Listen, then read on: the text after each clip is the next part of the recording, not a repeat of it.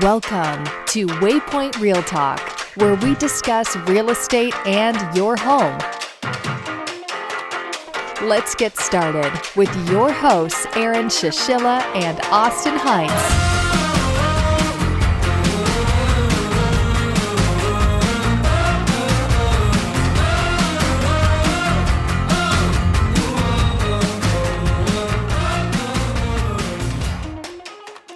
Hello, everyone, and welcome to Waypoint Real Talk. My name is Aaron, and today we have an awesome podcast talking about the top things that fail, quote unquote, fail a home inspection.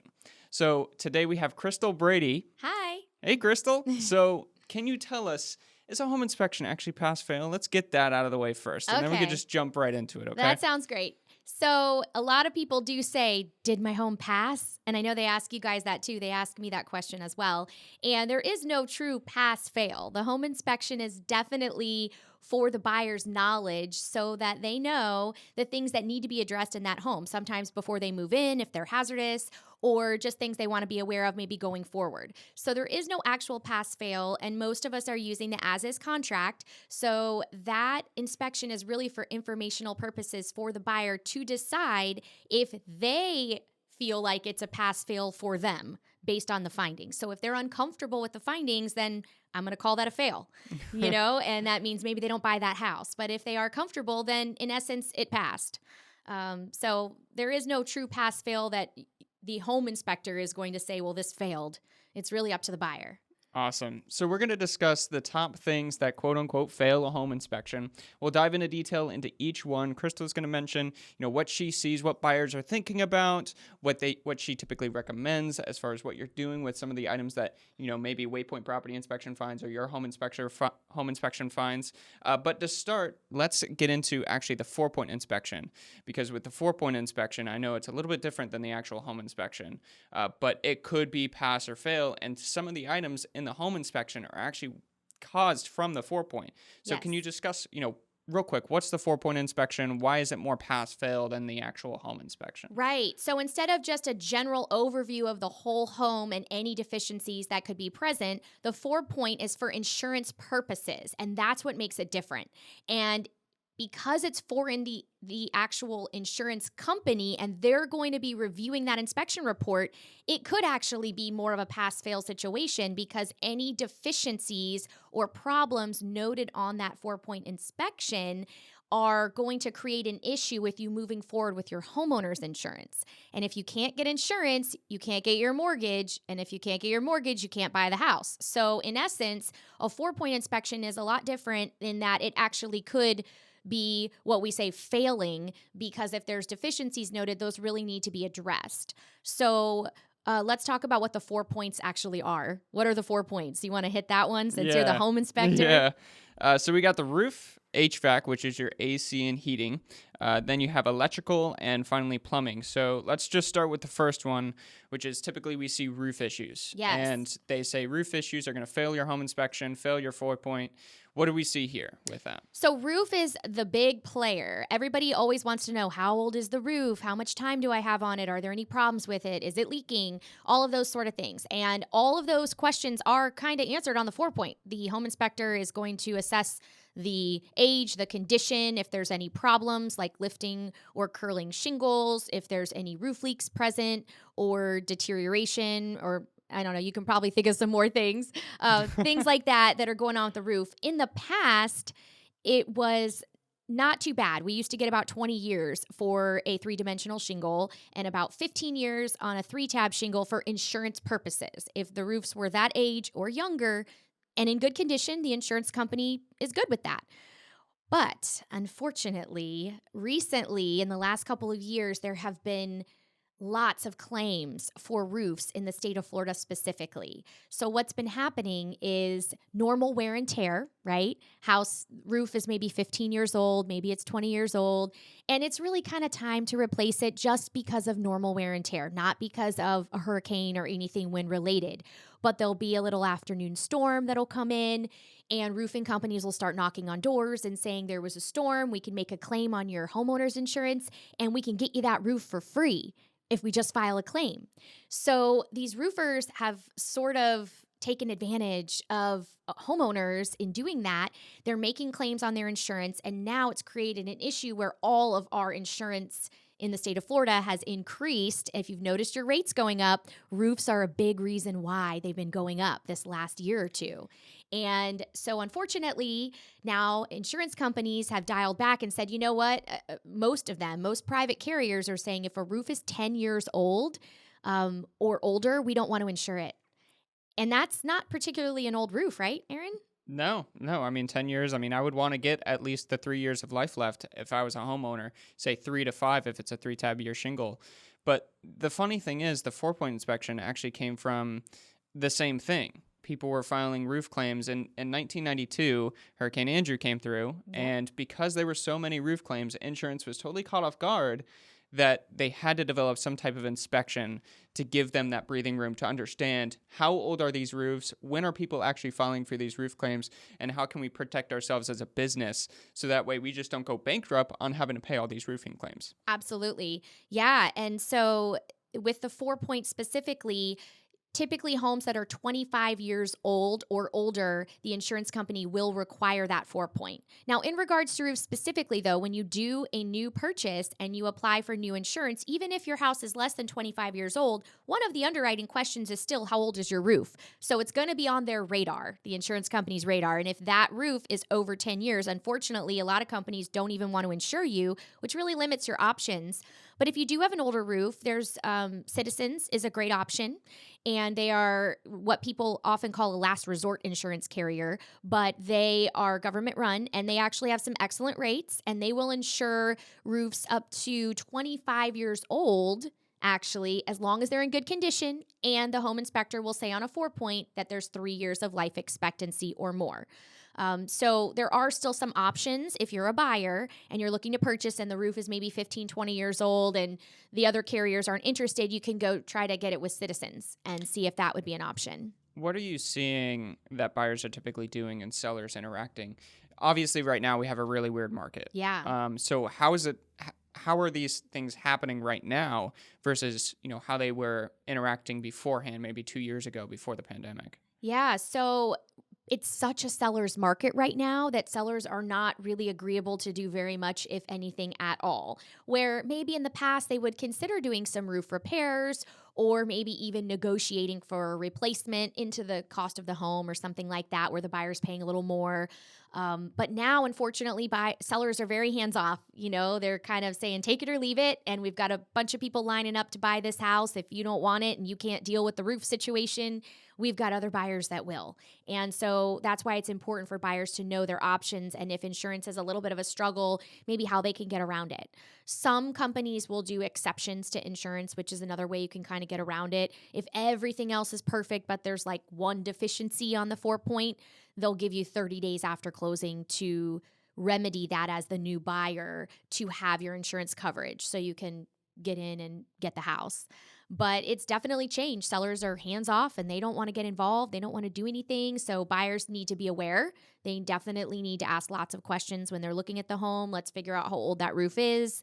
At least eyeball it, before the inspector comes out. And then obviously you guys are going to dig into, is there problems, minor problems with it? Maybe if we know that it's a younger roof, for example, are the shingles in good condition? Are there any lifting shingles or missing shingles? Things like that. Right. Yeah, I think that's super important. It's unfortunate right now with what's going on that, it is a seller's market and sellers get to decide what's going on with the transaction.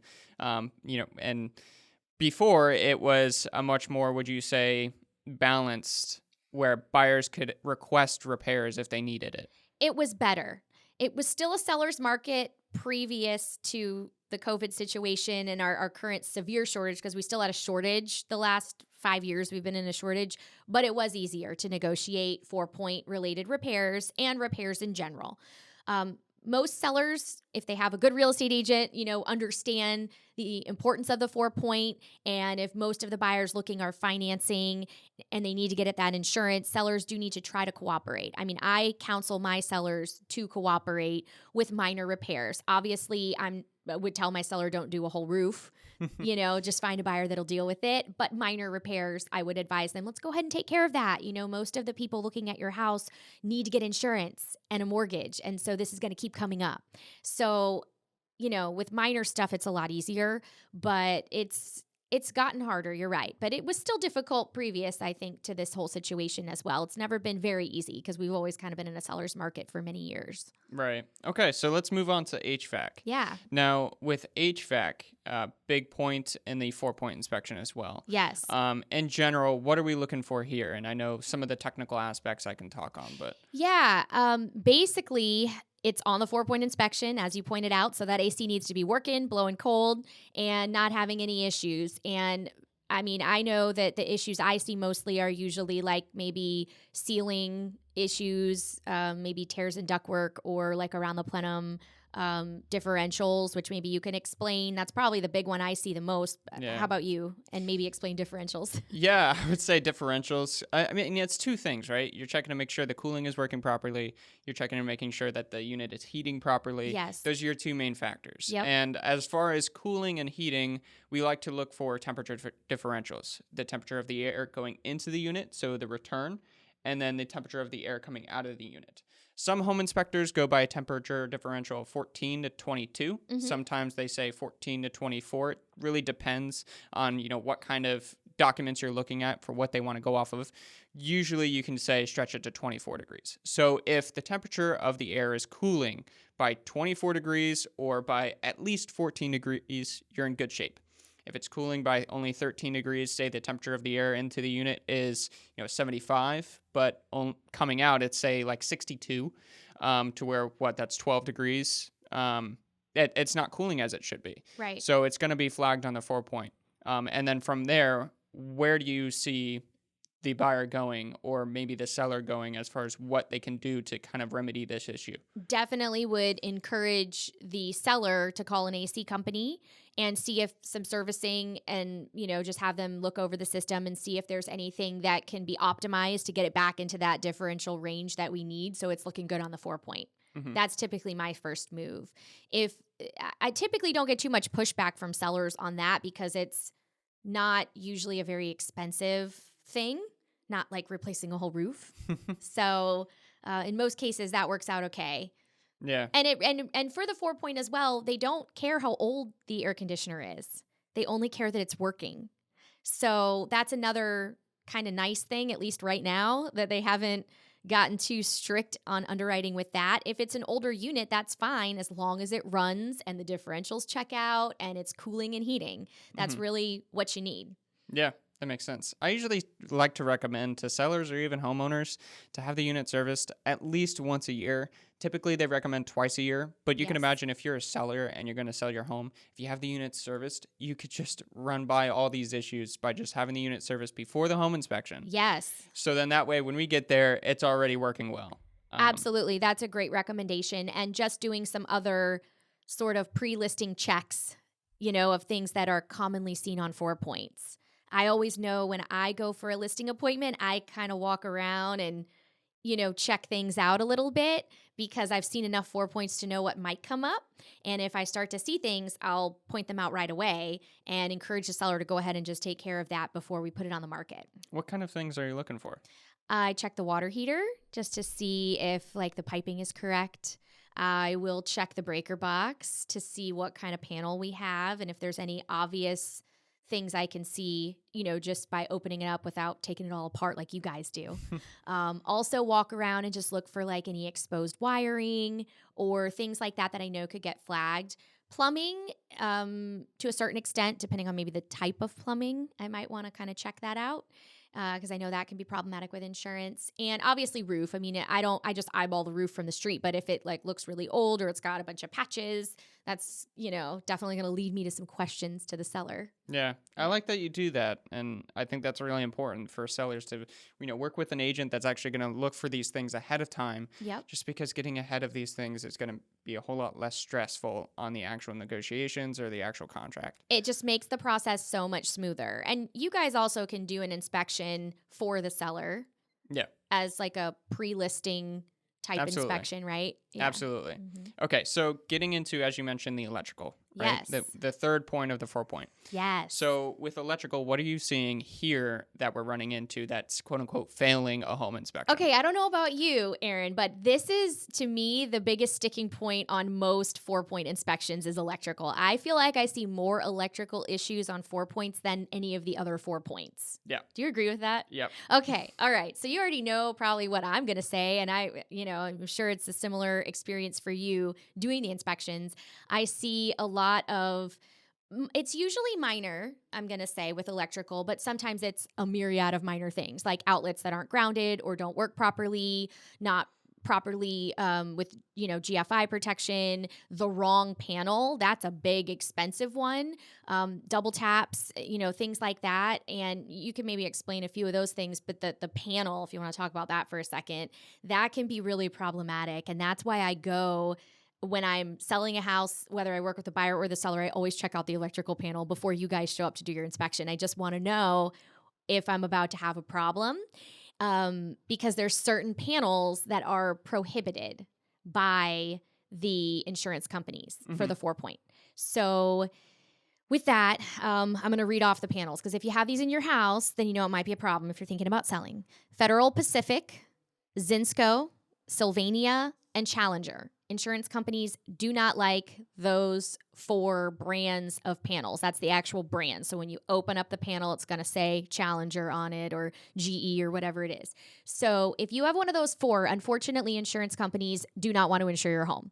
You are now left with Citizens Insurance as probably one of your only options if you are not going to change that panel out. So just keep that in mind. However, Citizens still has underwriting guidelines. So if those panels are present, but there's also a bunch of other electrical issues wrong, then they're not going to want to insure it unless that panel is in good working condition. So you can have the Challenger panel, but you can't have exposed wiring or double taps or missing breakers or any of those other things. If you do, it has to be deemed by you, the inspector on the 4-point, in good working order if it's that brand for Citizens to take it. So you have to be really careful. Electrical can be a big sticking point. Yeah. What do you see with electrical? Same kind of stuff? Same kind of stuff. I would definitely agree with you. The other thing I would mention is also fuse boxes. Oh, yeah. Okay. We don't really see them as often, Yep. but if you do have fuses, again, insurance companies are going to want those upgraded to circuit breakers. If you want to read about, by the way, any of these electrical panels to see if you actually have one of these brands, you could just search it on our website, waypointinspection.com. Just search the name of the brand, Federal Pacific, Zinsco, Sylvania, or Challenger, or fuse boxes. It'll come up with a huge article with tons of information. But then, as you mentioned, it's not just these electrical brands that could cause issues. Yes. It's tiny little safety issues. Right. It's things like GFCIs not working properly, exposed wiring, cloth wiring, which is just outdated or older wiring. Let me stop you right there with cloth wiring. Yeah. I just want to make a note about that because I learned this as I was doing a little bit of research with my insurance agent to talk to you today. Mm-hmm. Cloth wiring can be insured by Citizens. Really? Yes, and I did not know that. As long as it's in good condition with no issues, which you probably don't see a lot. Yeah. Cloth wiring in good condition with no issues. But if you ever do, it's possible it could be insured. The funny thing is about that, when I did research on the blog for cloth wiring, Yes. it said insurance companies don't like cloth wiring because it's been repaired, chewed on, unprofessionally worked on, Yeah. improper junctions, etc. So it's funny that you mention they'll accept cloth wiring as long as it's in good condition because more likely than not, it's not in a good condition because it's just too old. It's just too old and it's been updated and piecemealed together along the way, right? That's sounds like what you're describing. Exactly. It. Yeah. Yeah. And the same thing goes with, as you mentioned, double taps. Mm-hmm. With those same things, it's unprofessional workmanship. People just go in there, they don't do things properly. They try to cut corners a little bit, and with that, you just run into some electrical safety issues that the insurance company is going to want fixed. Yes. So it all comes down to the 4-point and what other deficiencies are noted. Sometimes those prohibited panels, like we talked about, the Federal Pacific and Zinsco and all that, they are in good condition and there are no other deficiencies and they work just fine. But just that name is on there, and a lot of insurance companies don't like that. So if that's the situation, then you could still get insurance through Citizens, and that would be a great option for a buyer. Right. Okay, so moving on to the 4th point, which is plumbing. Plumbing, yes. Yes. Let's talk about plumbing, what you see the majority of the time with plumbing issues on a 4-point. Yeah, I mean, usually the plumbing is all good as long as it's not leaking. That's kind of my experience. So unless we're talking about the older plumbing situation, like what, your cast iron, your galvanized, but assuming we're just like, copper, PVC, like those situations, as long as it's not leaking, it's usually good to go. But if you have known plumbing leaks, like under sinks or things like that, you need to take care of that if you're a seller and you're getting ready to put your house on the market, because that's definitely going to come up, and that's a quick, easy thing you can fix. So that's usually what I tell my sellers in preparation. Yeah. What do you know about the TPR valve and the discharge tube? Oh, at the water heater. Yeah. Yeah, I do look for that in my little pre-listing inspection. Yeah. Yeah, because I know it has to have the pipe, that goes all the way down and terminates near the ground. There you go. And a lot of times it's missing. So if it is, I do give a heads up to my seller about that as well. And that's a very popular 4-point item. Yeah. I see that on a lot of 4 points. Yeah. I mean, it's important. It's one of those things that you need to make sure it's there. Otherwise, I mean, water heater could technically be a ticking time bomb at that point, right? Yes. If it's not working properly. I have a seller getting ready to sell an older home that I know will require a 4-point, and I looked all around for her water heater and could not find it. And finally I asked her, I said, "Where's your water heater?" She had enclosed it in a cabinet, and you couldn't. And I said, "Well, we need access to this. I need to see it. The inspector needs to see it, and all of that." So it'll be interesting when we open that up to see if there's a pan, if there's a valve, what it looks like, and all of that. If it's leaking. Yep. Yep. We close it off, but, it's unfortunate. We kind of need to see that, especially the TPR discharge tube. Yes. Well, and I knew that an inspector would need to check that. Yeah. So that's why I said, okay, we've got to figure out a way to open this up where we have access to it. Yeah. Okay. Awesome. So definitely one of the last things on the 4-point was the plumbing. One thing that we didn't mention with that, so you mentioned some of the drainage pipes, right? Cast iron, galvanized, which is actually supply piping. You can have other drainage issues that occur. But what about polybutylene? Oh, yeah. Insurance companies do not like poly. They will not insure you. And if your house has poly, it needs to be replumbed. That's kind of the bottom line. I don't really know any insurance carriers that will cover poly. There might be one or two, and the rates are probably really high, and they're going to exclude water damage. So you're literally getting really inferior insurance. Poly is a problem. Nobody likes it, and it needs to be remedied.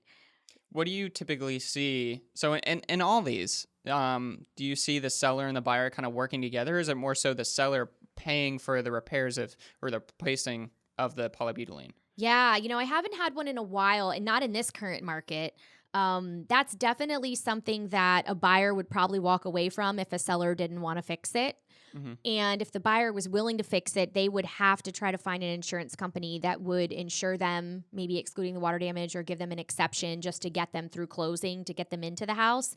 I wouldn't be surprised, though, in the current market if the seller would say, I'm not doing it. It's going to be back on the buyer. But replumbing a house is not cheap. Yeah. That's cutting a lot of holes in walls, and a long permitting process, and it very extensive. It's hard when a house is existing to replumb. So that's definitely one, honestly, I tell my buyers to run from. Oh, no. Yeah.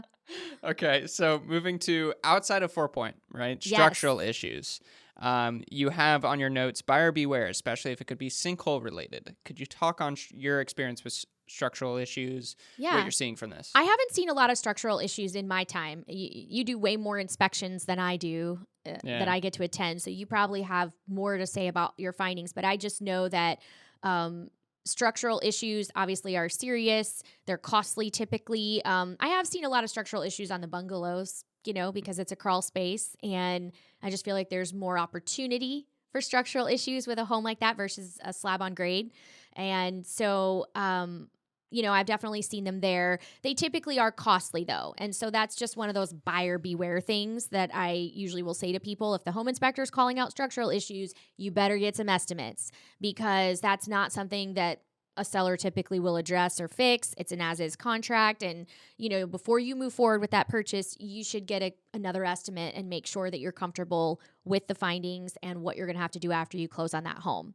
And obviously, if those structural issues are stemming from a sinkhole, that's a whole other can of worms that, you might want to run from. Houses with sinkholes, even when they've been remediated, are, sometimes challenging to insure. It could be more costly insurance. If it has an active sinkhole that has not been remedied, you're not getting insurance.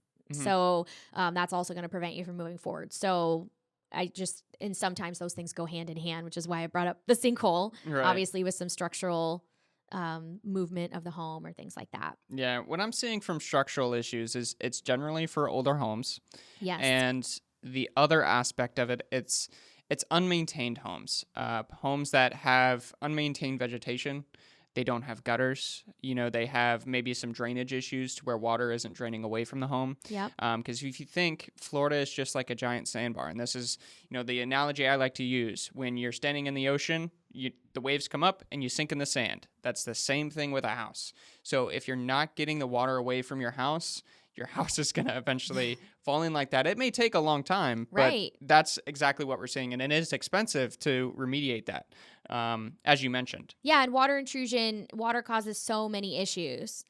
Just like a small little stucco crack, right? Yep. If left unaddressed and water gets in there over time, can create a much larger issue with your home. So I'm not surprised to hear you saying that leads to structural problems, and that you see that a lot, especially in Florida. Yep, exactly.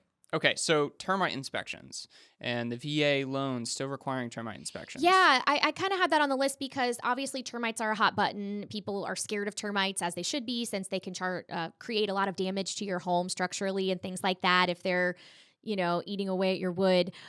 We always do termite inspections or recommend them, to all buyers. But the VA actually requires a termite inspection as a condition of the loan. So that means if there is active termite activity, the mortgage company is going to know about it. And when they know about it, they're going to want that fixed in order for you to move forward with that purchase. So if the seller is not willing to do it, once again, it's now a problem for the buyer. So just beware if you're doing a VA loan specifically, that house really does need to get a clean bill of health from the termite inspector or the pest inspector to make sure there's no active termites. We can have damage of past evidence as long as it didn't create a structural issue or something being noted. Just your normal evidence of past termites is okay, but no active live infestations can be present if we're doing a VA loan. If you're doing the other loans, and you get a little bit of a termite problem, you could fix it after closing. The mortgage company's not really going to know about that. But with VA, they are. So just beware. Right. What are your overarching or your biggest tips for your buyers and your sellers with all of these issues that you've seen? What are your recommendations for what they needed to do to prepare for these type of issues that arise? Right. So I think the big thing is, sellers, prepare your home to list. Try to take care of all those minor repairs that could come up on a 4-point and be proactive. It just makes the process smoother and easier for you later. That's my tips for sellers. For buyers, I think that you need to obviously do a good inspection. Thoroughly review the 4-point. Make sure you feel like you can successfully get insurance on that home. If you can't, then you need to try to go to the seller and negotiate. If they won't, then that's your chance to back out, because if you can't get insurance, you can't get a mortgage or move forward with that purchase. If you're fine with the results of the home inspection and you're willing to fix everything, that's great, but you still have to be able to get insurance. So just make sure you can get insurance. Sometimes in certain situations, there's exceptions that you can get where you fix stuff after closing within 30 days to still get insurance, or there's carriers that might charge more money. They'll accept the home with some of those deficiencies. They're going to charge you a lot more, though, which also might affect you qualifying for your mortgage. So all variables you just need to be aware of as a buyer. Consult your real estate agent, review your 4-point inspection, and talk to your lender, and just make sure during your inspection period that you can work all this out and figure it out. Obviously, if there's problems on the home inspection you are not comfortable with under any circumstance, that's your chance to walk if you're doing the as-is contract. And then I guess the home inspection failed at that point. Oh, no. It failed for that buyer. Oh, so, no. yeah. So if there's one recommendation that I'd have to give, it would be to get an awesome real estate agent like Crystal Brady. Thank you. Yeah. No, seriously, get an awesome real estate agent that's really going to know your specific needs. That's really going to understand your specific needs, but then also what they can do with the current market. Because as you mentioned, each market's a little bit different as far as, who is kind of holding the power, right? Yes. And get an awesome insurance agent too. That They works need too. to understand the underwriting guidelines, the 4-point inspection, what options are available to you if you're struggling getting a seller to do repairs and things like that. One of my business partners, Janessa Carrillo with Carrillo Insurance, kind of filled me in on some of the updated underwriting guidelines, and she stays on top of all that, and you need somebody like that. So if you need Janessa's number, give me a call. Awesome. Well, thank you so much for coming on this podcast. I think we had a lot to talk about. Yes, thank you for having me. Yeah, of course. If there's one thing to remember, a home inspection is not pass or fail, so don't quote that. But definitely all these things I would keep an eye out for. And thank you again for coming on. All right, everybody. Have a good one.